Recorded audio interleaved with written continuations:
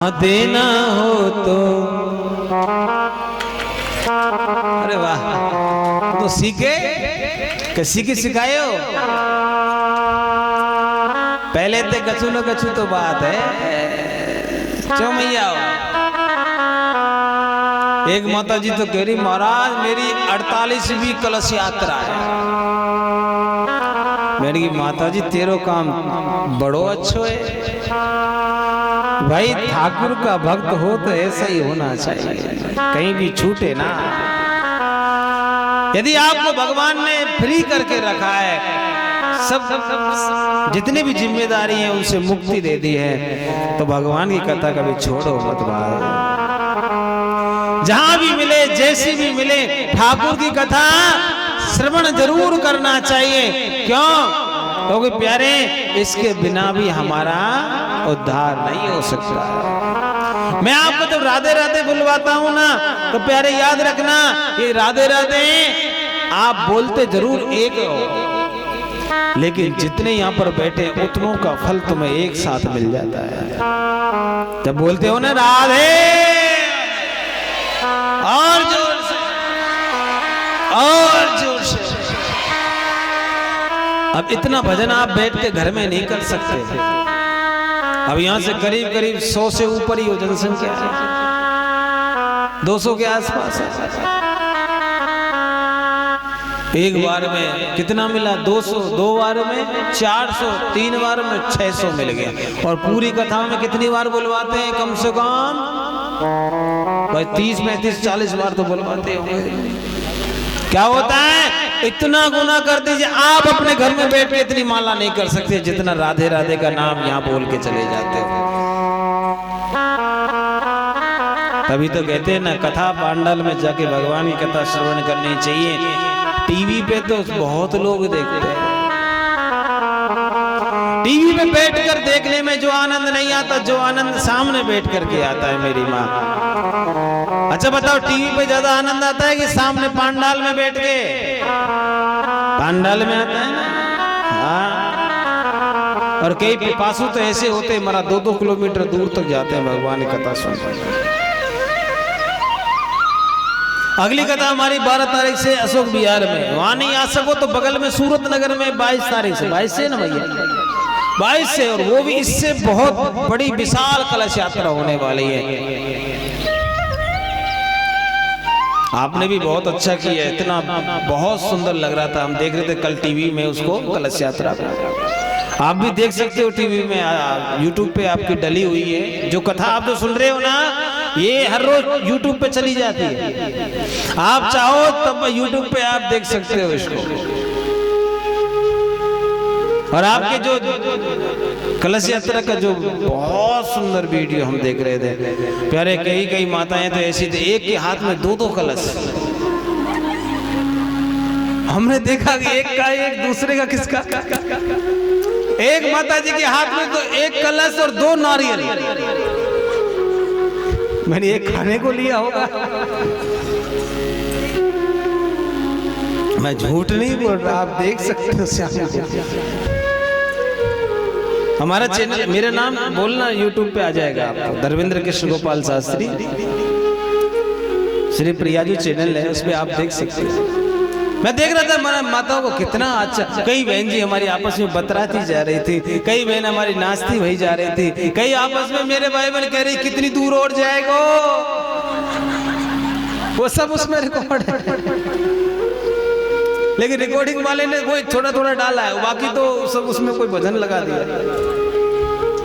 बड़ा आनंद आया महाराज आपकी छवि को देख करके। राधे राधे बोलना पड़ेगा, और जोर से, और जोर से बोलना पड़ेगा। तो मैं कह रहा था मेरे भाई बहन, बलि राजा ने ठाकुर से कहा कन्हैया मेरे सर पे अपना हाथ रख दीजिए और मुझे कुछ नहीं चाहिए। सच्चे भक्त की पहचान भी यही होती है। जो भगवान का सच्चा भक्त होता है वो भगवान से केवल उसी को मांगता है, कन्हैया मुझे तुम चाहिए, तुम्हारे अलावा और कुछ नहीं चाहिए। महाभारत काल में मेरी माँ, जब भगवान महाभारत पूरा हो गया और होने के बाद में जब जाने लगे थे तो महाराज किसी ने कुछ मांगा, किसी ने कुछ मांगा, किसी ने कुछ मांगा, लेकिन जब मां कुंती का नंबर आया, कुंती मैया ने पता है क्या मांगा? कुंती मैया ने ऐसे झोली उठाई और उठा करके महाराज सीधा कर लिया और कहने लगी, मां कन्हैया तुम मेरे यहाँ से जा तो रहे हो, लेकिन मुझे कुछ दे करके जाओ। क्या करके जाओ? आप मुझे कुछ दे करके जाओ। भगवान कहने लगे, मां क्या चाहिए बताओ, मैं आप जो मांगोगी मैं आपको दे दूंगा। यदि आपको सुख चाहिए तो सुख दूंगा, और यदि आपको मां इस संसार की कोई भी वस्तु आपको यदि चाहिए तो मैं आपको देने को तैयार हूं। क्या करने को तैयार हूं? संसार की कोई भी वस्तु यदि मांगोगी तो मैं आपको देने को तैयार हूं। माता जी ने तुरंत हाथ फैलाया और कहने लगी, क्या कि विपद संतुना सस्व तत्र तत्र जगत गुरु कि भवतो दर्शनम यस्या पुनर्भव दर्शनम।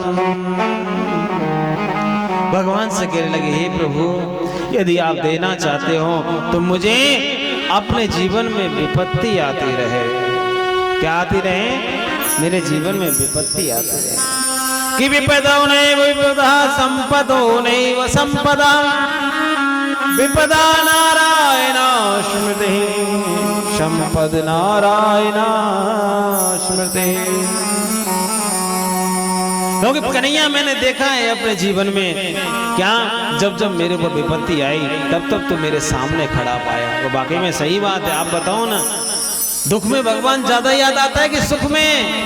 ए माँ बोलो ना, दुख में ज्यादा भगवान याद आता है कि सुख में? दुख में बहुत याद आती है, सुख में तो प्यारे भूल जाते हैं हम भगवान को। और यदि सुख में भी याद कर ले तो फिर दुख नहीं आएगा। दुख नहीं आ सकता जो सुख में भगवान को याद करेगा प्रभु।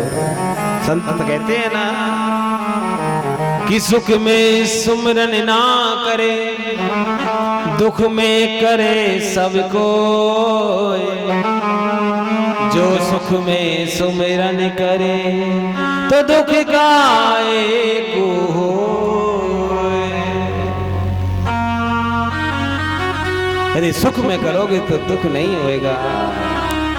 दुख में करना तो मजबूरी हो जाती है, और प्यारे सुख में हमारी मंजूरी हो जाती है। जरा सोचो, मंजूरी में ज्यादा आनंद है या मजबूरी में आनंद है? मजबूरी में तो जैसा ठीक है, लेकिन मंजूरी में आनंद आता है। क्या होता है? हम जैसे भी ठाकुर का जो रस में कन्हैया चाहे उस रस में उसकी कथा का आनंद ले सकते हैं।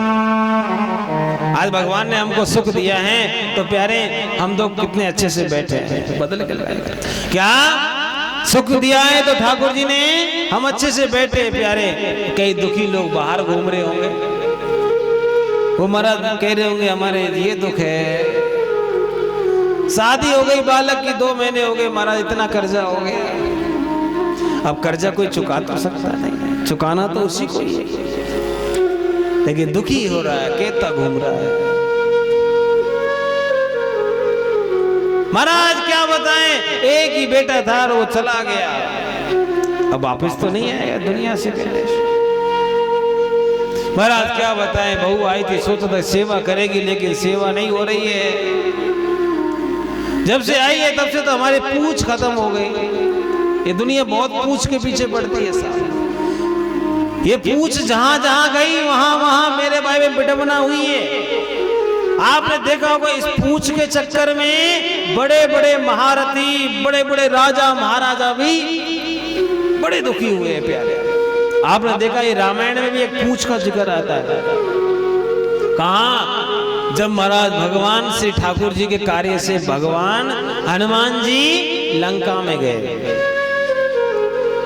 लंका में जैसे ही पहुंचे महाराज क्या हुआ, लोगों ने देखा कि ऐसा एक बानर आया जिसकी पूंछ इतनी लंबी है।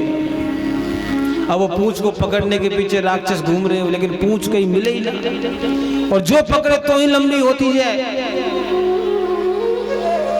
क्या? जो पकड़े तो ही लंबी होती जा रही है मेरे भाई। रावण के पास में ले गए जैसे तैसे, और रावण ने कहा कि भैया पूंछ में ऐसी का करामात है जो पूंछ पूंछ कर रहे थे। हनुमान जी ने करामात दिखा दी मेरे भाई। क्या? कि मेरी जो पूंछ है जिसको जितना खींचोगे उतनी बढ़ती चली जाएगी। रावण ने कहा तो ठीक है, बानर को पूंछ अच्छी है, इस पूंछ में ही आग लगवा दो। अब क्या हो रहा है, जितना लंका का कपड़ा था सब, जितना घी था डाल दिया, घासलेट डाल दिया, और यहाँ तक जो जिसके पास में महाराज अग्नि लगाने की व्यवस्था थी सब डाल दिया, लेकिन पूंछ बंद नहीं हुई। कहने का अभिप्राय क्या है मेरी माताओं, जो जिसकी पूंछ खींचने की कोशिश करेगा वो पूंछ उसकी उतनी लंबी होती चली जाती है। आपने देखा होगा लोग एक दूसरे की बुराई करते हैं, लेकिन आप याद रखना जो व्यक्ति जिसकी बुराई कर रहा है ना, सोच लेना वो व्यक्ति कहीं ना कहीं उससे बहुत आगे निकल गया, इसलिए उसकी बुराई हो रही है। क्योंकि हम बराबर वालों की कोई बुराई नहीं करते, अपने से बड़ों की बुराई करते हैं हम लोग, जो हमारे पहुंच से दूर चले जाते हैं। हम महाराज वो पूंछ में आग लगाई, अब आग लगाई तो क्या हुआ, सबका घर जल करके राख हो गया। अब महाराज राख हुआ, रावण से किसी ने पूछा अरे भैया क्या हो गया, लंका कैसे जल गई? उसने कहा पूछो मत। मतलब महाराज एक पूछ का याद नाम मत दिलाओ। जरा सोचो, रावण को जिस पूछ ने नहीं छोड़ा, जिस पूछ ने मेरे भाई बहन हिरण्यकश्यप को नहीं छोड़ा, शिशुपाल को भी नहीं छोड़ा। जब शादी का समय था ना, ठाकुर जी को सब पूछ रहे थे और शिशुपाल को कोई पूछ ही नहीं रहा, तो शिशुपाल कह रहा हमें तो कोई पूछता ही नहीं है, हम दूल्हा बन के आए और महाराज वो बिना दूल्हा भी उसको सब पूछ रहे हैं। मेरे प्यारे हो, जो इस पूंछ के चक्कर में पड़ा है वो महाराज बहुत पीछे रह गया, इसलिए पूंछ को छोड़ दीजिए और कन्हैया के चरणों को पकड़ लीजिए। जिसने एक बार मेरे गोविंद के चरण पकड़ लिए, फिर प्यारे पूंछ बहुत पीछे रह जाती है, वो पूंछ से बहुत आगे निकल जाता है। राधे राधे बोलना और जोर से, और जोर से। और एक बार कोई व्यक्ति पूंछ से आगे निकल गया फिर वापस नहीं आता है। आपको इसका उदाहरण मैं दे सकता हूं। क्या? जब राम रावण का युद्ध हो रहा था, राम जी ने देखा कि महाराज अब की बार जो सेना आ रही है अमर सेना आ रही है। क्या आ रही है? अमर सेना। रावण के पास बहुत बड़ी बड़ी सेनाएं थी, उसमें एक सेना ऐसी थी जो अमर थी, उसको कोई मार ही नहीं सकता। विभीषण कह रहा है हनुमान जी ये सेना तुम्हारे बस की बात नहीं है। क्यों? जिसको जितना मारोगे उससे डबल हो जाएंगे। हनुमान जी ने कहा मारेंगे नहीं तो क्या होगा? उसने कहा मारेंगे नहीं तो आप हार जाओगे।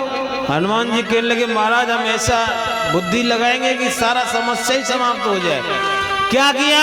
हनुमान जी ने गदा से युद्ध नहीं किया। किससे किया? महाराज जो सेना का व्यक्ति आता है उसी का पैर पकड़ते और हनुमान जी फेंक देते हैं, और इतनी तेज फेंकते हैं कि प्यारे जो पृथ्वी का गुरुत्वाकर्षण है उससे वो व्यक्ति ऊपर निकल जाता है। सारी सेना को फेंक दिया। वो महाराज क्या हुआ? पृथ्वी के पहुंच से दूर चली गई। अब वो नीचे आए ना ऊपर आए, बीच में रह गए। हनुमान जी के लिए इनको मारने की अब जरूरत नहीं है, ये नहीं तो नीचे आएंगे और नहीं ये ऊपर जा सकते, बीच में घूमते रहो, घूमना है। और यही तो बात है मेरी माताओं, जो व्यक्ति की पूंछ खत्म हो जाती है वो व्यक्ति फिर कहीं का नहीं रहता। इसलिए पूंछ को छोड़ करके ठाकुर के चरणों तक जाना चाहिए। राधे राधे बोलना पड़ेगा, और जोर से बोलना पड़ेगा, और जोर से। कि व्याधस्य चरणं ध्रुवस्य वयो विद्या गजेन्द्रस्य ताजाते विदुरस्य यादवपते रुंग्रस्य किं पौरुखम। भगवान कहते हैं मेरे यदि कोई चरणों से जुड़ जाता है मैं उसको देखता तक नहीं हूं, वो जैसा भी होता है उसको गोद में उठा लेता हूं। क्या करता हूं?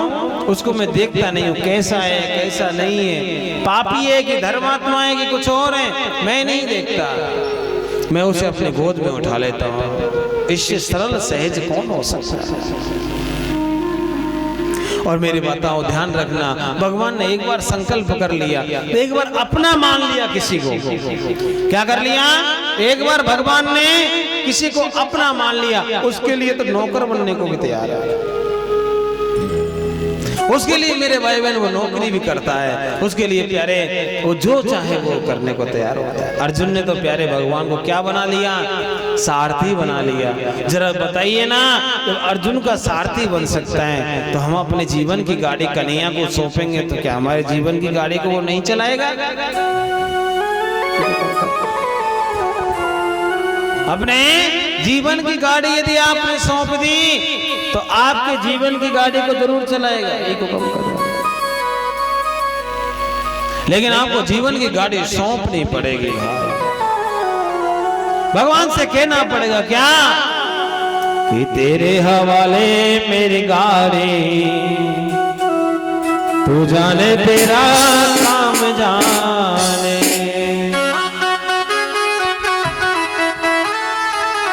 क्या? तू जाने तेरा काम जाने। एक बार सौंपना पड़ेगा कि कन्हैया तेरे हवाले मेरी गाड़ी है, तू जैसा करेगा वैसा चलेंगे हम तो साहब। अरे मेरी माँ, आपके यहाँ ज्यादा पुरानी घटना नहीं है, नरसिंह जी ने अपनी गाड़ी सौंपी थी भगवान सामरिया को, सौंपी थी कि नहीं? गुजरात के महाराज, बताओ सौंपी तो क्या भगवान ने चलाई के नहीं चलाई? और ऐसी चलाई कि आज तक कोई नहीं चला पाया। नरसिंह जी जा रहे हैं, 16 सूरदास पीछे बैठे हैं, बूढ़े बूढ़े बैल, और महाराज आगे चल के गाड़ी टूट गई। अब जरा बताओ, गरीब की गाड़ी टूटे तो कौन बनाए? गरीब की गाड़ी टूटे तो कौन बनाता है? अमीर का तो पहिया पंचर रह जाए तो 5 लोग बाबूजी मैं बदल देता हूँ, लेकिन गरीब की गाड़ी का पंचर नहीं बदलेगा कोई। कौन बदलता है? जिसकी गाड़ी का कोई पहिया नहीं बदलता, उसकी गाड़ी का पहिया मेरा कन्हैया बदलता है। कौन बदलता है? मेरी माँ गोविंद बदल देता है। सूरदास बैठे, क्या हुआ भैया, क्या हुआ नरसिंह? अरे बाबा कुछ नहीं हुआ, थोड़ा सा गाड़ी गड़बड़ हो गई है, चिंता ना करो, थोड़ा अलग उतर जाओ। और सबको उतार दिया। अब नरसिंह जी जानते नहीं है बेचारे, उनको तो केवल भगवान की आराधना करना आता है। और भैया देखिए, नरसिंह ने ठाकुर के लिए सबसे बड़े सेठ होते हुए सब कुछ दान कर दिया। क्या कर दिया? नरसिंह ने सब कुछ दान कर दिया प्यारे। और आज भगवान के भरोसे हैं। किसके भरोसे? ठाकुर के भरोसे। भगवान ने देखा कि मेरे बिना ये रह नहीं सकता, ठाकुर तुरंत आ गए और आकर कहने लगे, बाबा क्या बात है, कैसे खड़े हो? समय हो रहा है संध्या का, आप लोग सब खड़े हुए हो, क्या बात है, क्या हो गया? उसने कहा भैया हमारी गाड़ी टूट गई है। और जैसे कहा, अरे बाबा भली बात बताई, मैं भी गाड़ी बनाने वाला हूँ, मैं गाड़ी बनाने वाला हूँ, मेरा काम ही है, ये बढ़ई का काम करता हूँ महाराज। उसने तुरंत वसूला निकाला, तुरंत आड़ी निकाली और प्यारे बाबा से कहने लगे, नरसिंह जी आप साइड में खड़े हो जाओ और भगवान का जप करो। और भगवान का जप किया, ठाकुर ने वसूला लगाया, गाड़ी खड़कने आप सही हो गई,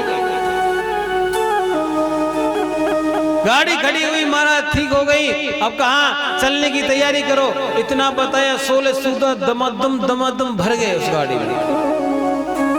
इधर नरसिंह जी बैठ गए, भगवान कहने लगे, बाबा हमने गाड़ी बनाई और हमें अकेले छोड़ के जा रहे हो? यदि हम गाड़ी नहीं बनाते अपने घर पहुंच जाते, अब तक हमें भी बिठा के ले चलो। नरसिंह कहने लगे, महाराज एक बात बताओ, ये संत महात्मा ज्यादा अच्छे कि तुम अच्छे? ये ज्यादा जरूरी है कि तुम जरूरी हो। अब भगवान ने कहा भैया संत नहीं होते तो हमें कौन पूछे। यदि संत